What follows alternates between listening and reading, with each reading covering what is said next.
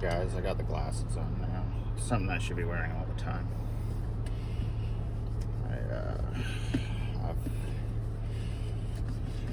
Just for distance, I'm definitely at night. I'll have to wipe this camera off too pretty soon. Okay, so this video I just got to give an update. So basically everything I'm doing I just gotta pretty much give updates, guys, because it's the only way I'm going to document it all. Now, I don't know if I did the right thing or wrong thing. I think I'm doing stuff too early sometimes, like when I'm tweeting at people and then there's nothing on my page to see, really.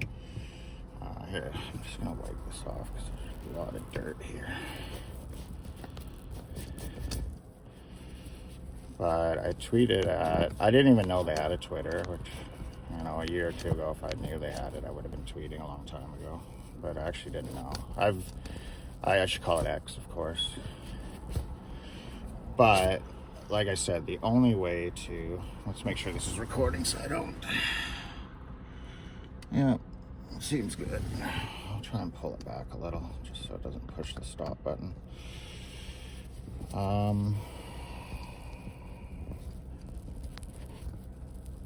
So I feel like for the most part, you know, some of those videos, definitely ones on YouTube, I was just trying to get as much information and you know, maybe speak a little fast and just maybe too much information at once, you know. So I tweeted at the RCMP and I just put the cops' names that I know that are corrupt.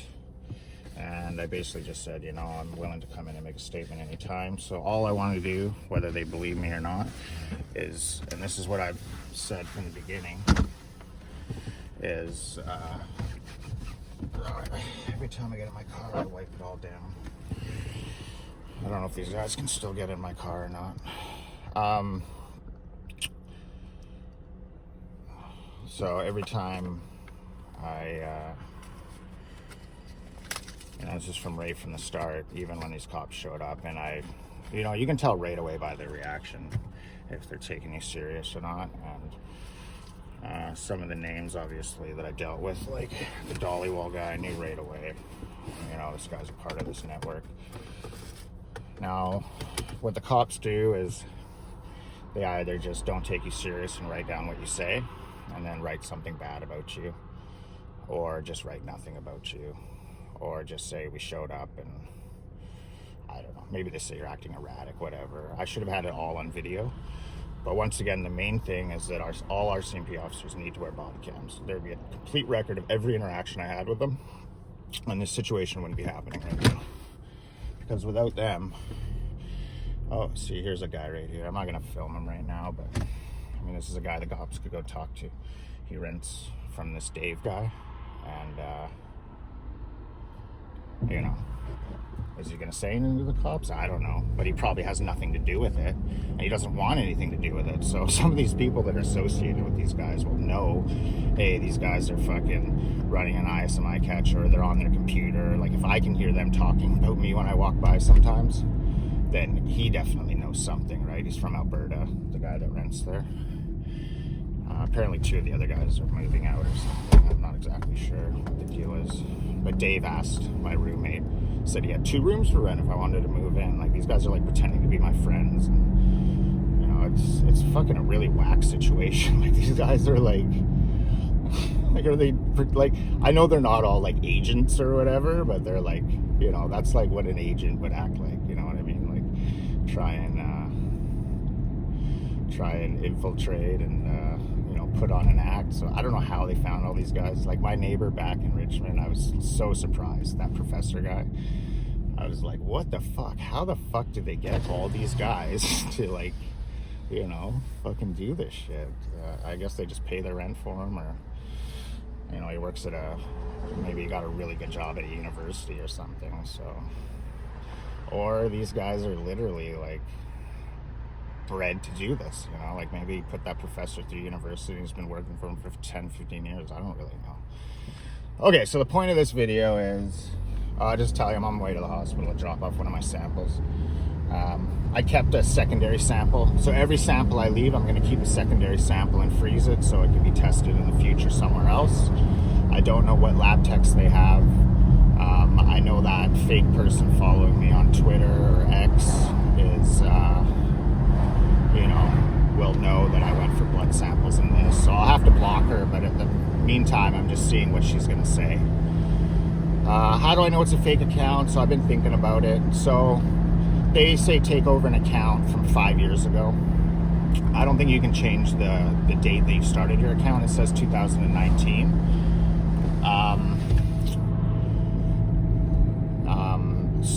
But what you can't fake is previous tweets. So there's just like a couple pictures tweeted in the last, I'd have to look at the dates, but I'm sure they're really recent. And that's it. So where's the history? She follows 300 people, and she's private messaging me and lives 4 kilometers away. So whether those are real recent pictures of actual real people, and they're just, they just pay them, or they're somehow linked to these people, or this is just an account they took over, or it could be a random person's account and they just have some random pictures. I mean, they took over my Facebook. They could use any of my pictures on a fake account, but you can't fake the history of tweets. Like, so it would say they took over that account, they would have had to delete all the tweets and posts of that account, and then when they want to come and follow me, so I guess they weren't smart. They should have had that person tweeting a bunch of shit for the last few years to have these fake accounts. But I think that's a way to tell it's a fake account. I don't know if pictures are time-stamped at all on Twitter. Like, can Elon look at that, or anyone from Twitter see those timestamps on pictures? I'm sure it'll never go that far, to be checking timestamps of photos, but that's all the things I can think about. So eventually I'll just have to block the account, but anytime I tweet something, that means that they know exactly what I'm tweeting when I'm tweeting. So maybe I made a mistake by tweeting the blood test stuff, right? If they have people that work in a lab, my name is on all those tests. So all it takes is someone in the lab to look, find my name, and pull my samples, and then have them come out negative, right? So that's why any sample I can, I'll be keeping like a double sample of it. Because if I then take that double sample and it tests positive somewhere else and negative here, that's even worse than just testing positive, I think. It's worse for me, and it's worse for them, I think, for my story here. Okay, so the point of this video is I tweeted at the RCMP, and that is, who knows what's going to happen? Are they going to come try and pick me up? Are they going to contact me and actually take a statement?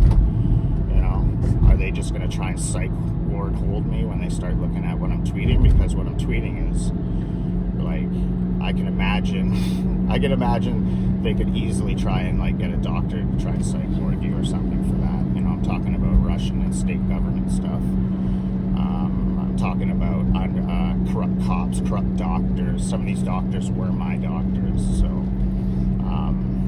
and talking about being hacked, monitored for 2 years, heat sensor cameras. I know they use those. The guy talked about it, and that's how they sit across from you with one. So, like, when I was in Richmond, the apartment right across from my garage, from 7660 Abercrombie Drive, Unit 4, and the one beside it, I don't know about the other one, to the left. I guess if you're looking at them from my garage to the left. I never saw anyone live there, I'm not sure. So you can look when that guy moved in. So that would be, I don't know exactly when he moved in. He said he doesn't rent under, or he said it's not under his name or something. So maybe someone owns it, maybe they bought it, or maybe he just rented it from someone off with a different name. But I reported it on a 911 call, his address and his unit. I knocked on his door once when I didn't know for sure he was involved, to see if he saw someone in my cable box. Like, when I caught those 2 guys in my cable box, I ran outside, so I started knocking on the doors across the way to see if there was another witness. So I tweeted at the cops, the Lower Mainland, saying that I want to come in and make a full statement. That's all I wanted to do this whole time, is have at least a full video cam statement of everything that I'm saying. So at any time in the future, if it is taken seriously, or somehow this becomes a big case, the information is literally in the cops' hands for a proper investigator to have the information. So what's my next option? Is to make these videos and put them online, so that if that happens, there's someone can look at it and see the information and start investigating it. Because that's all they need to do is, if they would have just started testing my car or going down any of the leads I told them or interviewing people, I'm sure they would have started getting some corroborating evidence to what I'm saying. But like, for example, this is how it went. So I call 911 and I'm like, I just caught 2 guys in my cable box. Like, I ran outside, they ran away. I got in my car, I saw this Dollywall guy who I think is Constable Dollywall's brother. If he's not, then he shares he looks like his brother. And he said that he had a brother. This is that MC_Dragonbane PlayStation tag name, or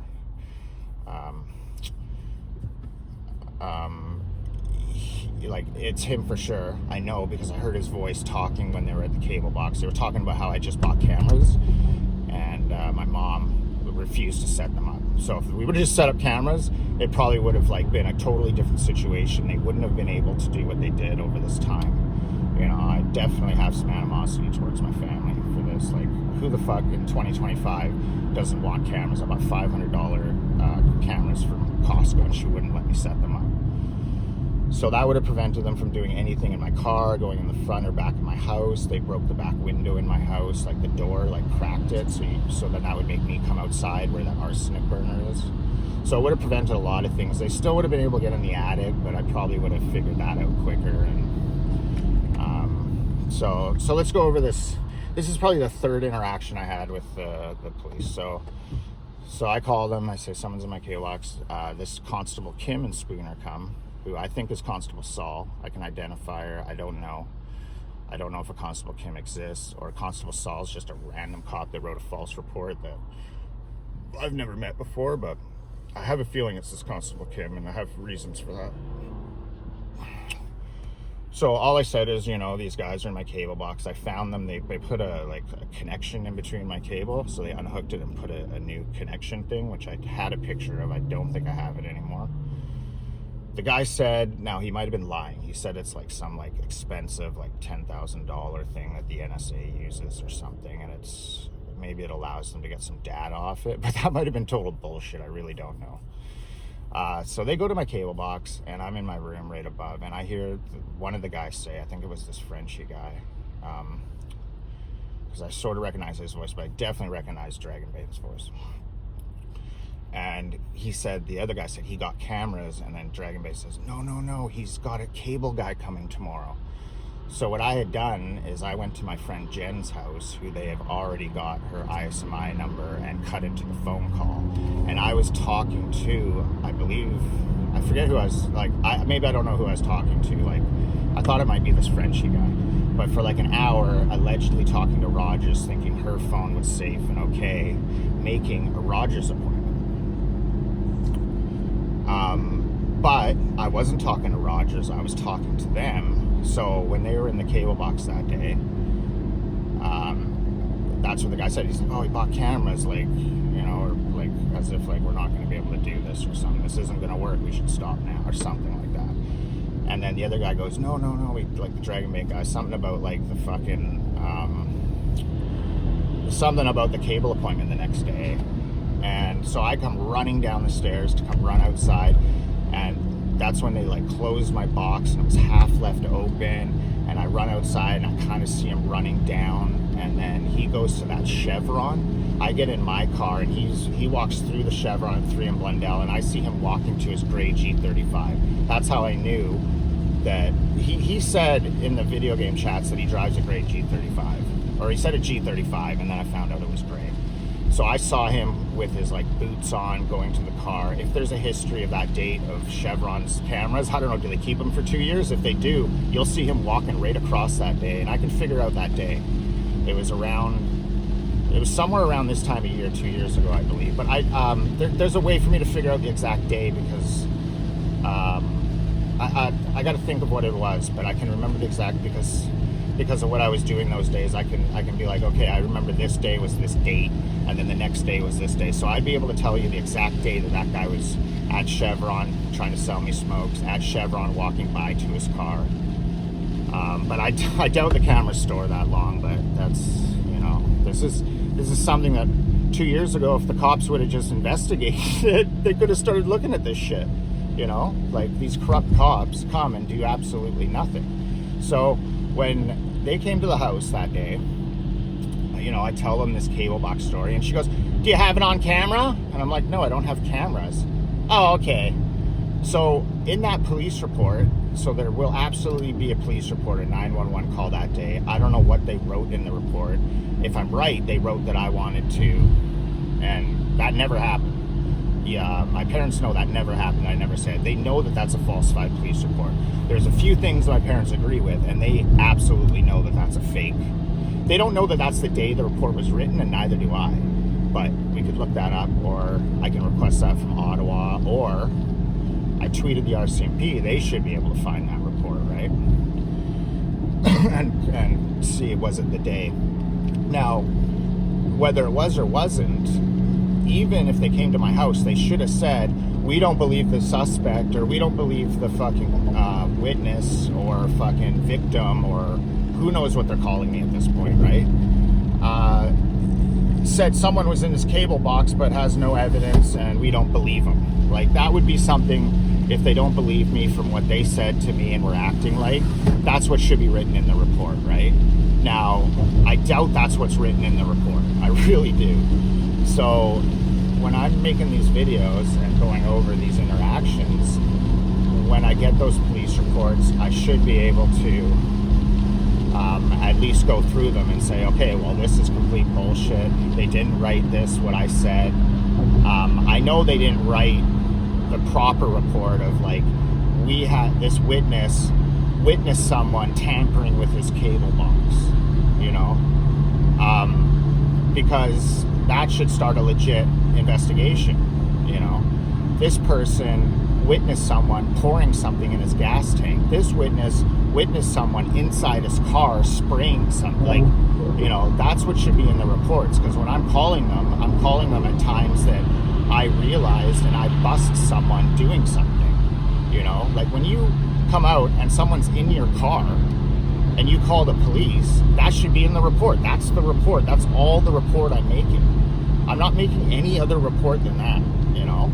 Like, I'm not, like, having a big conversation like this to the police, you know? I'm not like, okay, well, you know, there's this huge story. It started, like, a month ago. They were, like, I'm just literally saying, you know, I came to my car and there was a guy inside my car, and when he noticed, he ran away. Did I chase him? No. Do I have video of it? No, I don't. You know, I'm the witness. I'm the eyewitness that is telling you this is what happened. So there's another way to look at this.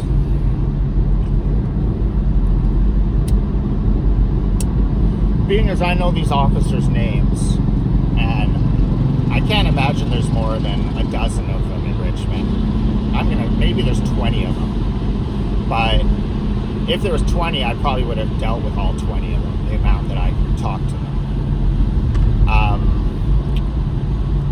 I don't know how many there are. Maybe there's 30, right? Maybe some are on vacation. I don't know. All you have to do is look at the history of every single interaction those cops have had.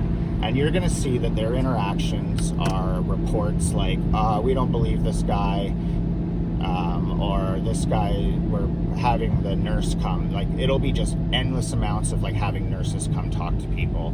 Or it'll be conflicting stories where, like, this person's sister, brother doesn't. So I don't know if they actually wrote any real shit in the reports, like I said, the cable box or into the car.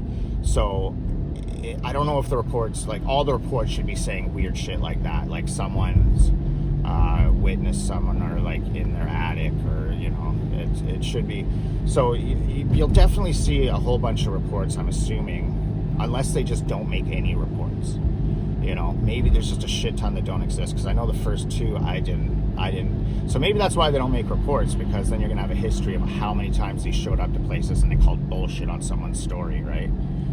So, because there'll be hundreds of them. Like, these guys operate in Richmond, they operate in Vancouver, North Surrey, but mostly in Richmond. You'll be able to look at all these reports, and there'll just be endless amounts of reports of these cops showing up, psych warding people, not believing stories, not taking them seriously.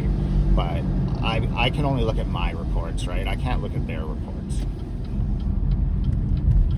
But I can almost guarantee that they have written some of these reports about everybody a little bit. I don't think every single report doesn't exist. Because if they don't exist, then you go to the 911 calls, right?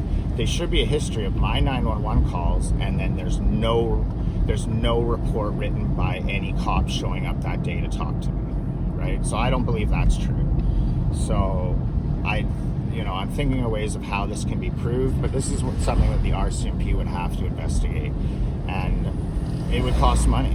It's going to cost them money. I mean, this is going to be, if they wanted to investigate this whole situation, it's like multi-million-dollar investigation. These guys have been at it for so long that they would have to go down and read so many reports, print them out, or if they're on the computer, file them, talk to I'm going to say hundreds of witnesses at this point, because you'd have to talk to all the people that I know that work at these stores. Then you'd have to go over to all the interactions these cops had with individuals, people like me that made claims and called. Now, I don't know if everyone is like me and makes claims. I don't know if they get caught doing the stuff they do as much as I caught them, because I was so vigilant of it, right?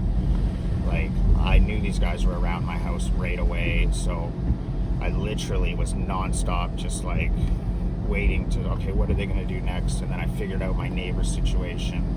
I figured out my other neighbor's situation. Then I figured out the neighbors across. It's I slowly just figured it all out, pretty damn fast when they wouldn't answer their door. And then I could actually hear the neighbors, talking there too, because our windows were so close to each other. So I could hear this guy talking to his girlfriend.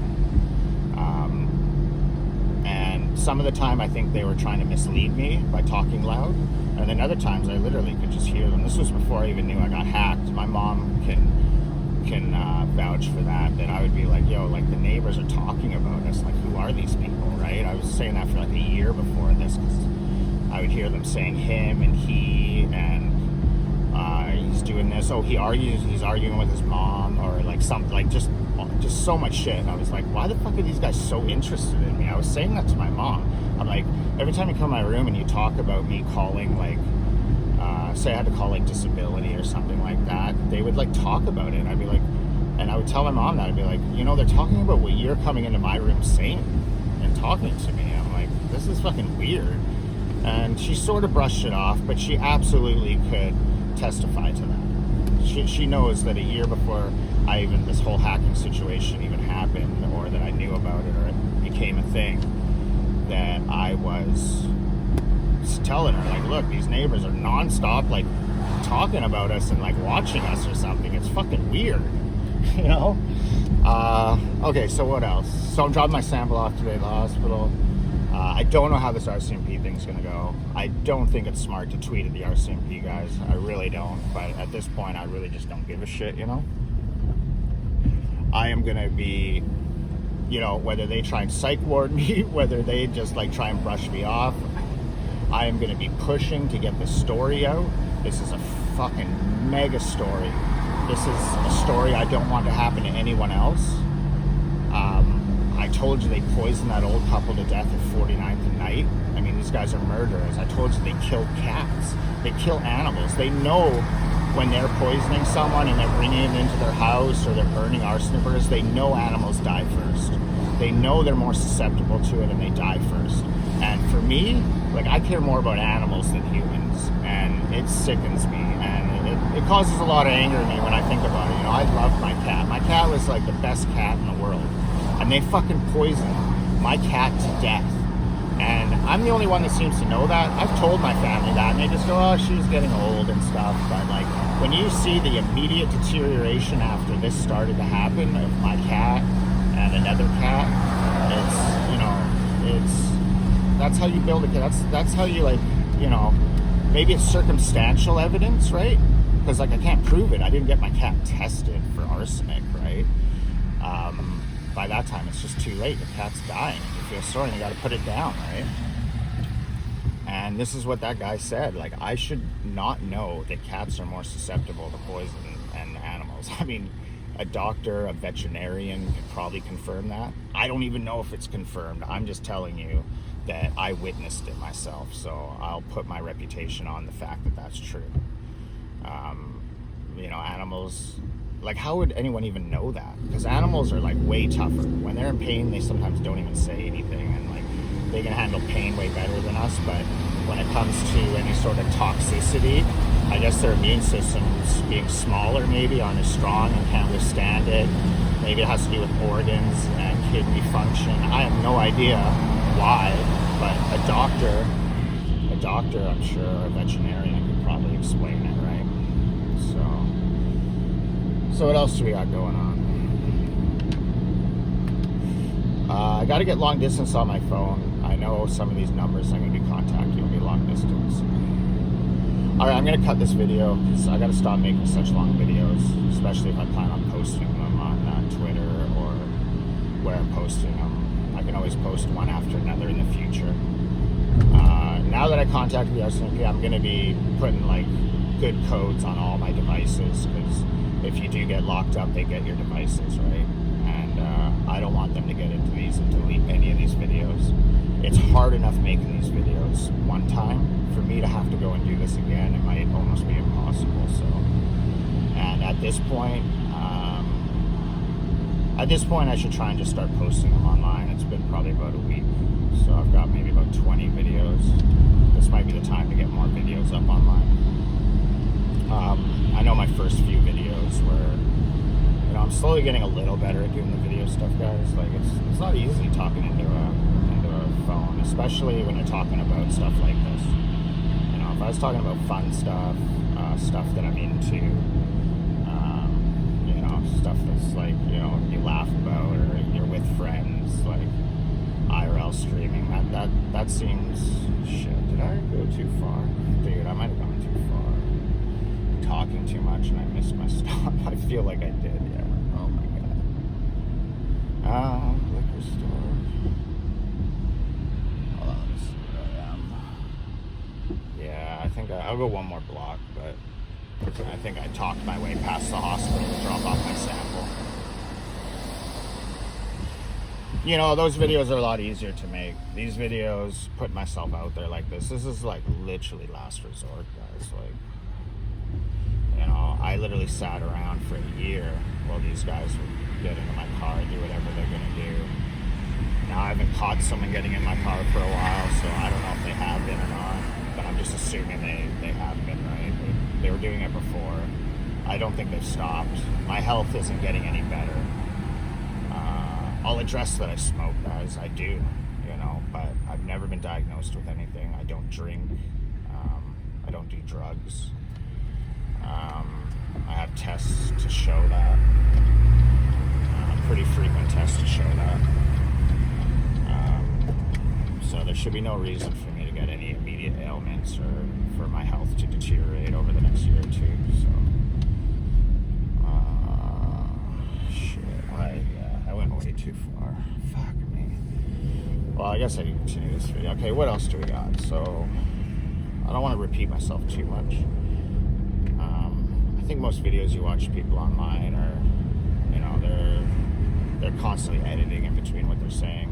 I just don't want to do that because I don't want this to, I don't want to mislead anyone. I want this to be as authentic and as real, like, as possible. I'm not trying to sugarcoat. I'm not trying to make this seem like something it's not. I'm not trying to make myself look good. I understand that this is not going to make me look good, you know.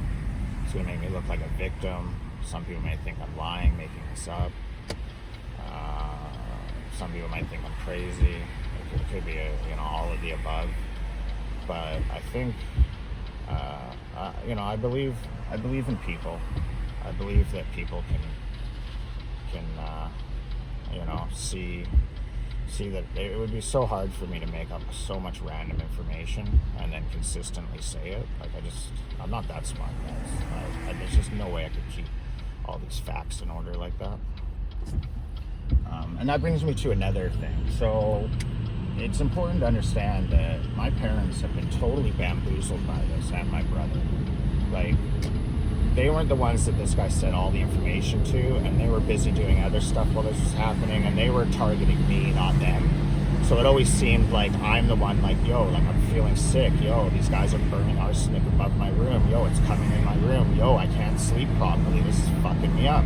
And that's something someone will tell you. Arsenic will wake you up. Arsenic won't let you sleep. And I should never know that. I don't know anything about fucking arsenic, guys. Nothing. Like, how the fuck would I know all the effects it would do to me? But my point is when you have a police officer in your house telling you something, there's a lot of people that just cannot fathom that they would fucking be douchebags and lying or not doing the right thing. That's the same with doctors. You know, a lot of people, if a doctor says something, you take that as honesty. And these guys take oaths, right? And it takes a real strong person inside to go, you know what? Maybe they're fucking not telling the truth. Maybe there is some ulterior motive, you know, like, but there has to be a reason to believe there's an ulterior motive. And then you have to have that kind of power inside you to realize that, you know, it's like the same people that watch, like, the news. A lot of people watch the news and, dude, am I lost? It's only 2:16. And they'll take it for verbatim, you know, but there's many people out there that know the news is propaganda. It's been propagandizing the public for years, right? For one example. And that's the same thing when it comes to doctors or police officers. It's a lot of people just don't have it in them to question, like, are these guys fucking being straight up? Are they telling the truth? Is there an ulterior motive to ask questions? And I think it's possible that they would be such shitty people to even be a part of something like this, right? And that sucks for me, you know, because I'm the opposite. You know, I question everything. I don't just take. Dude, I'm so lost right now. I gotta look at my phone. I gotta pull over.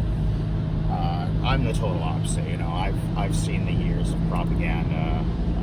I've always questioned whether it comes to wars, the printing of money, economics, politicians. Like, you know, I can see through a lot of it, and we're at a time where a lot of people can see through a lot of that. Right? You know, that's the stuff I'm interested in. That's the stuff I want to be talking about, right?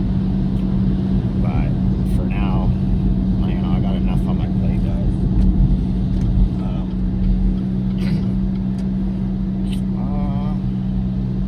So let me just see where I'm at here.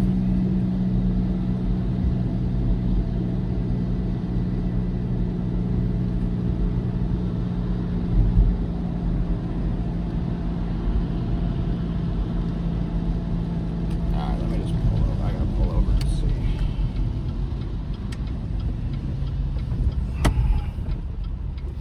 Oh, I should get some A&W, I guess. That'll be good.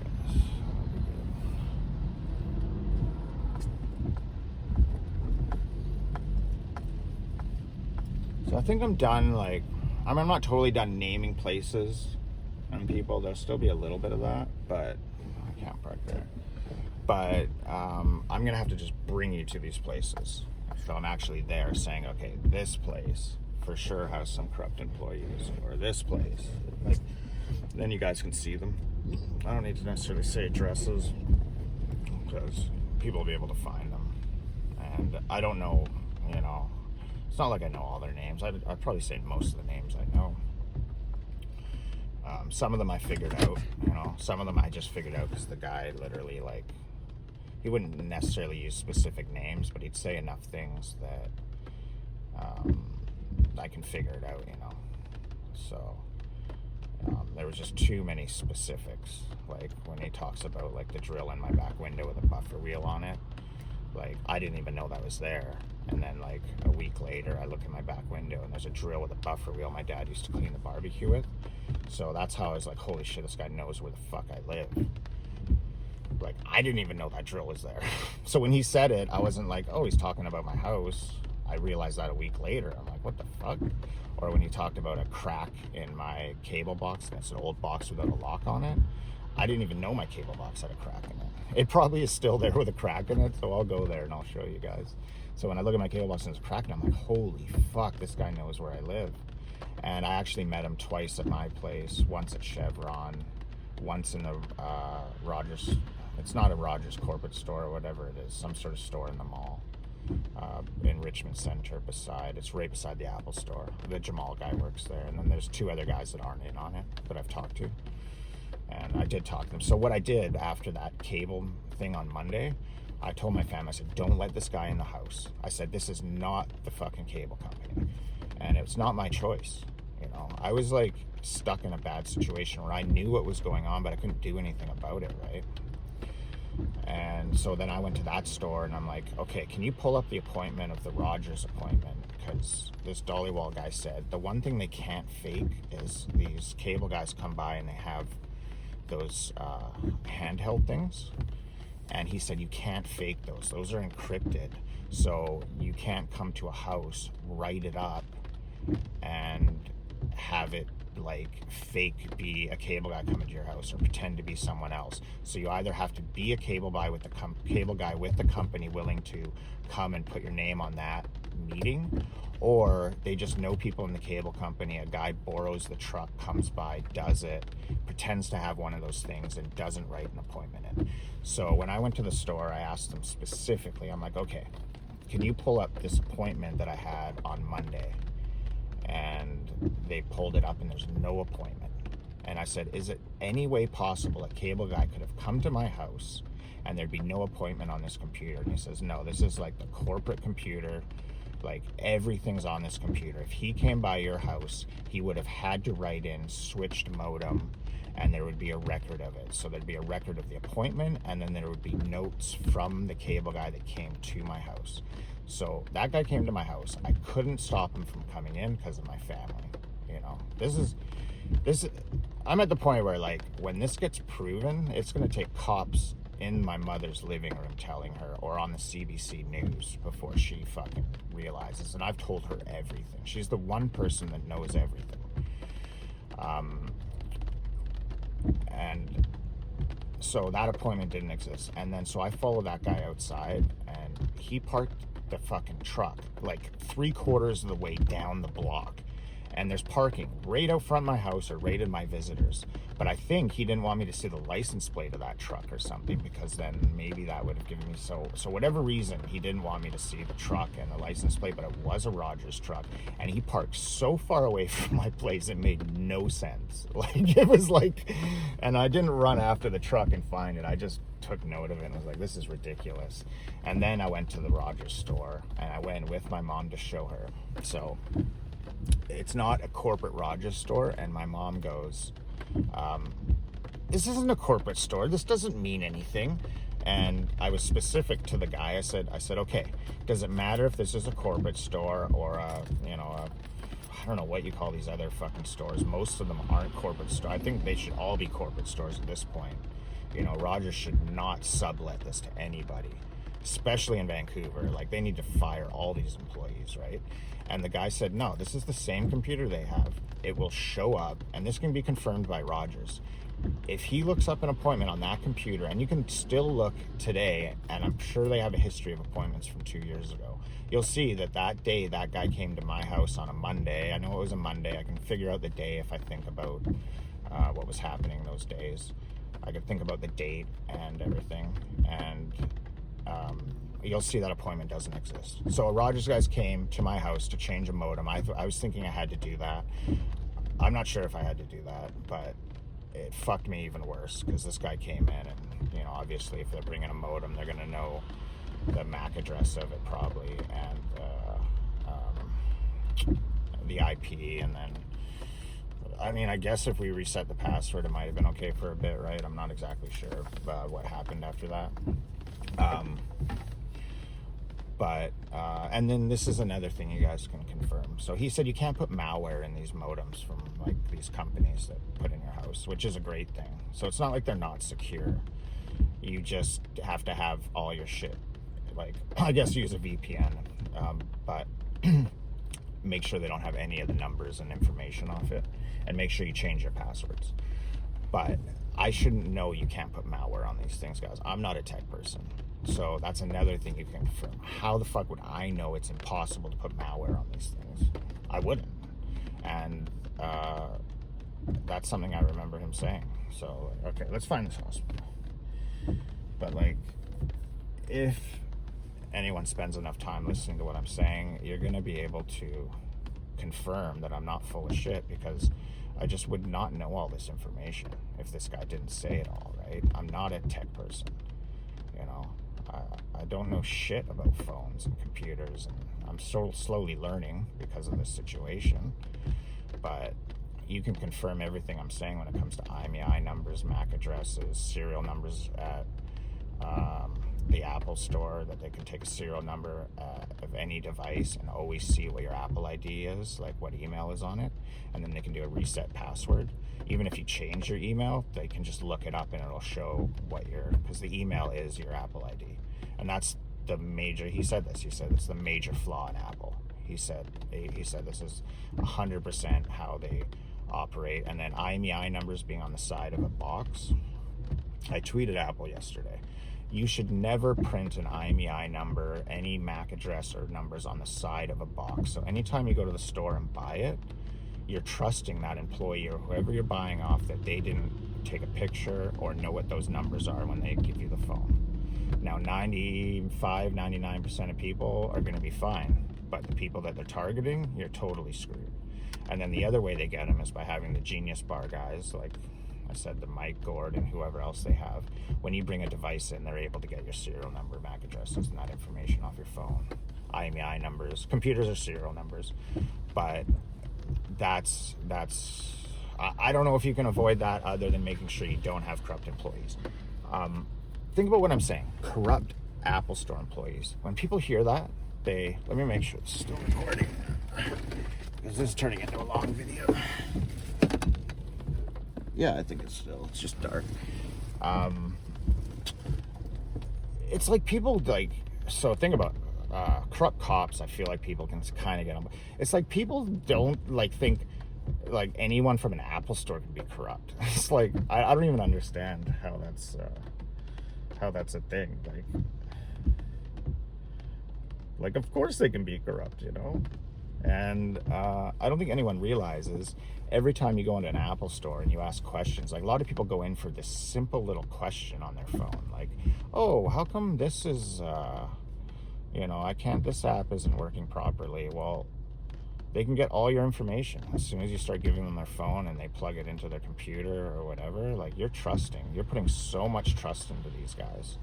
Now, you have to have the network to back it up. These guys with ISMI catchers putting in the work. It's a lot of effort. It's a lot of money. I don't think every city has this.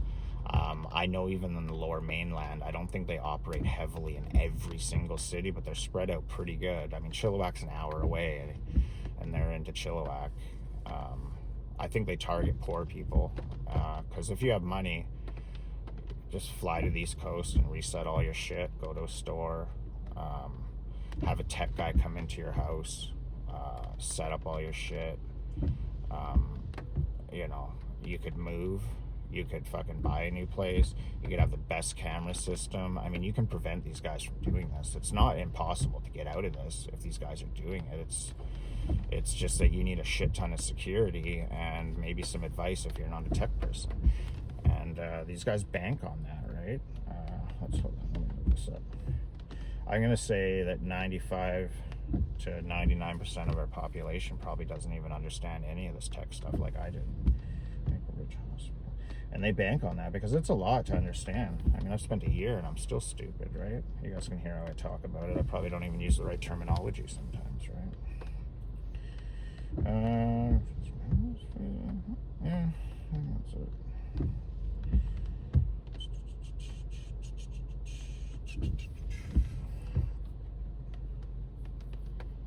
I mean, the fact that I think they can spoof just getting on your internet with a MAC address of a device, right? And it crashes. So this is something I shouldn't know either. So he was talking about how it'll crash the network. So if I have a device, say my computer, and they spoof the MAC address of it and they log on and we both log on, it crashes your internet. or potentially crashes your. Dude, look at this shit. This is ridiculous. Okay, I think Google Maps should have a history of it. I went there before.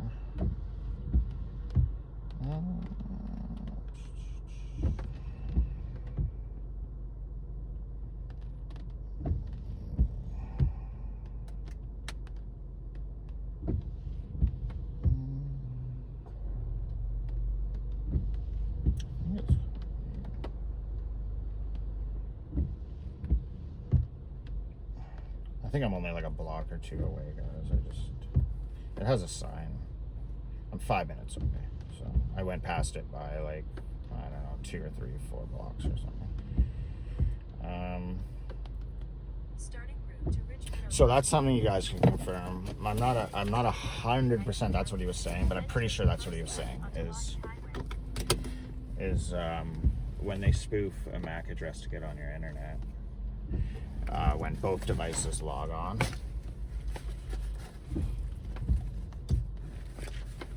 it'll just like crash your and then sometimes you gotta, I think, call the company to get it reset, or maybe if you unplug it, it can reset it. I'm not exactly sure, but I can tell you that's been happening a shit ton at the place that I'm at right now. So I don't know which, like, I don't log on to it. I think I've been on it a few times, but I don't log on to the internet there, and it crashes all the time. So they must have a spoofed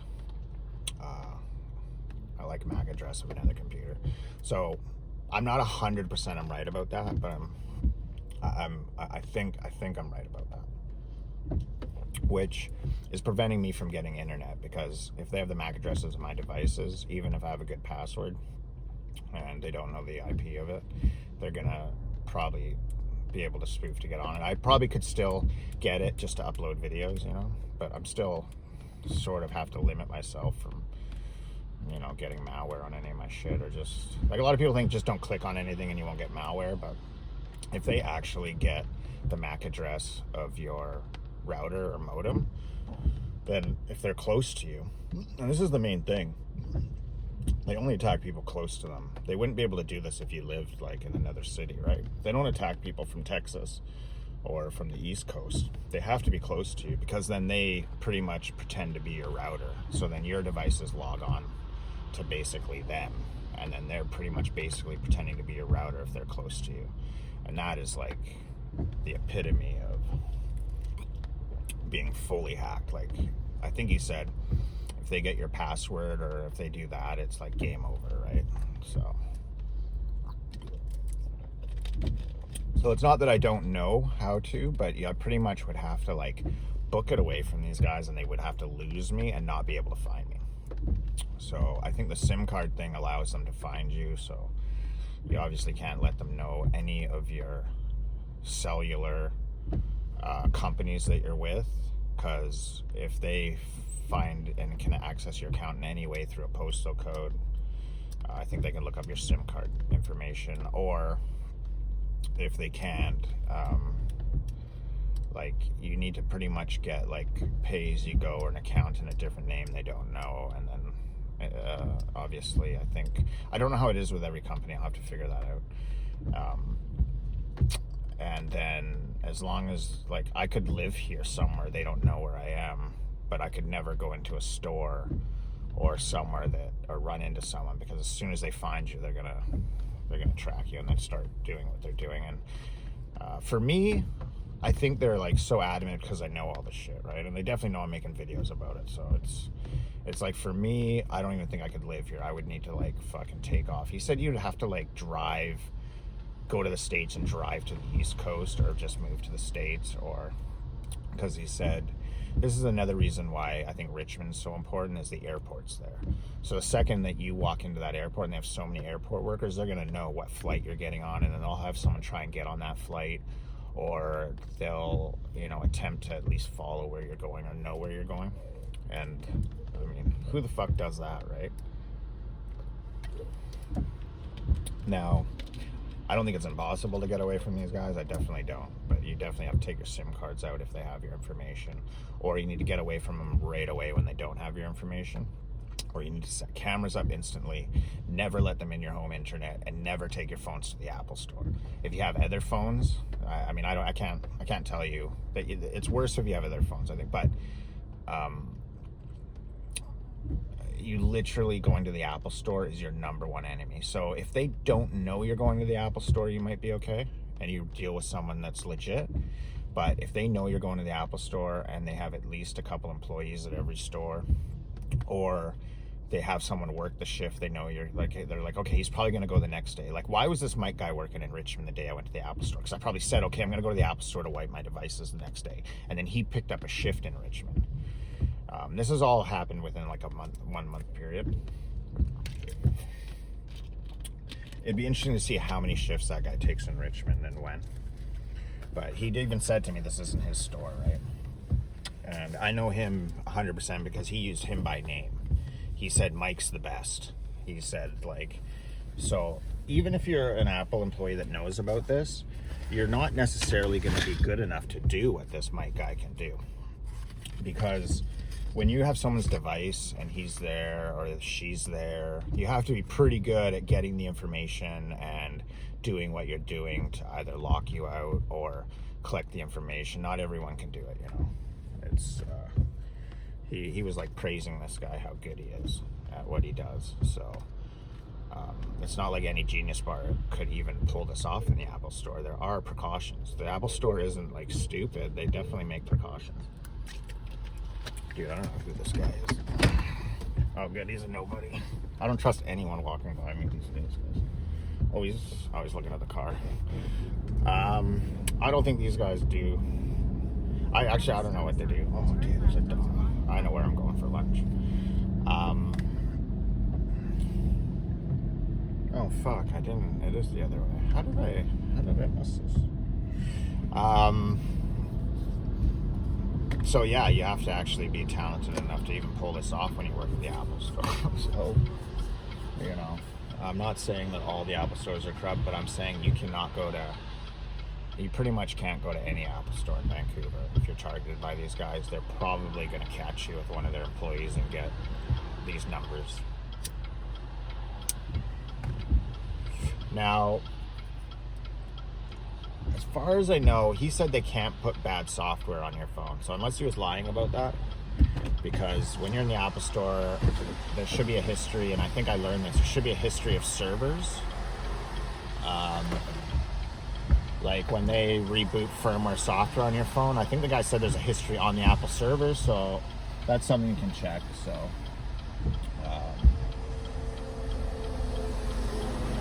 I won't say things that I don't know. And at first there was a time where I'm like, okay, they have to be putting bad software on your phone, but now I've learned a lot about these numbers, addresses and IMEI numbers that I think he was probably telling the truth about that. They can't load bad software on your phone, but I know they can from, like, if they're into your internet and you're rebooting your phone up. Like, I know they were trying to catch me going to like Starbucks on the open internet to load my phone up or something. So the best thing to do is to load your phone up under a SIM card, because even under an ISM catcher, they're not. I don't think they're able to push an Apple update or Apple software on your phone. The only thing they're able to do is bring you to a bad URL and have you click on something, and then the other way is to send you some sort of link through Discord, WhatsApp, something like that. So.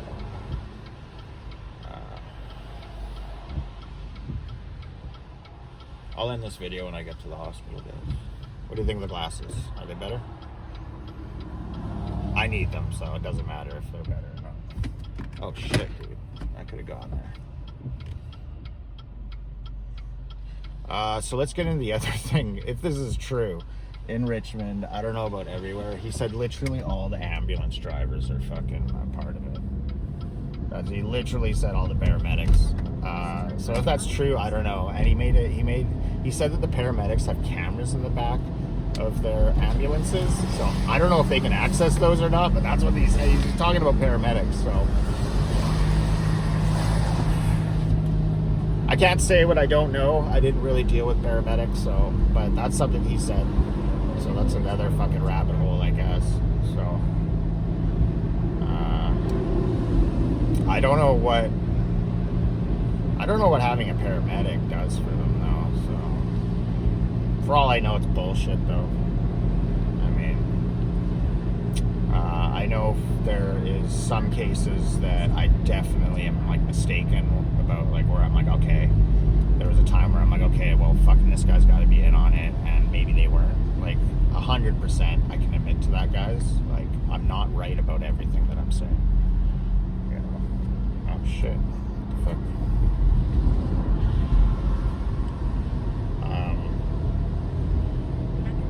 Oh my god, I missed. Okay, that was the turn. I think I can take the next one.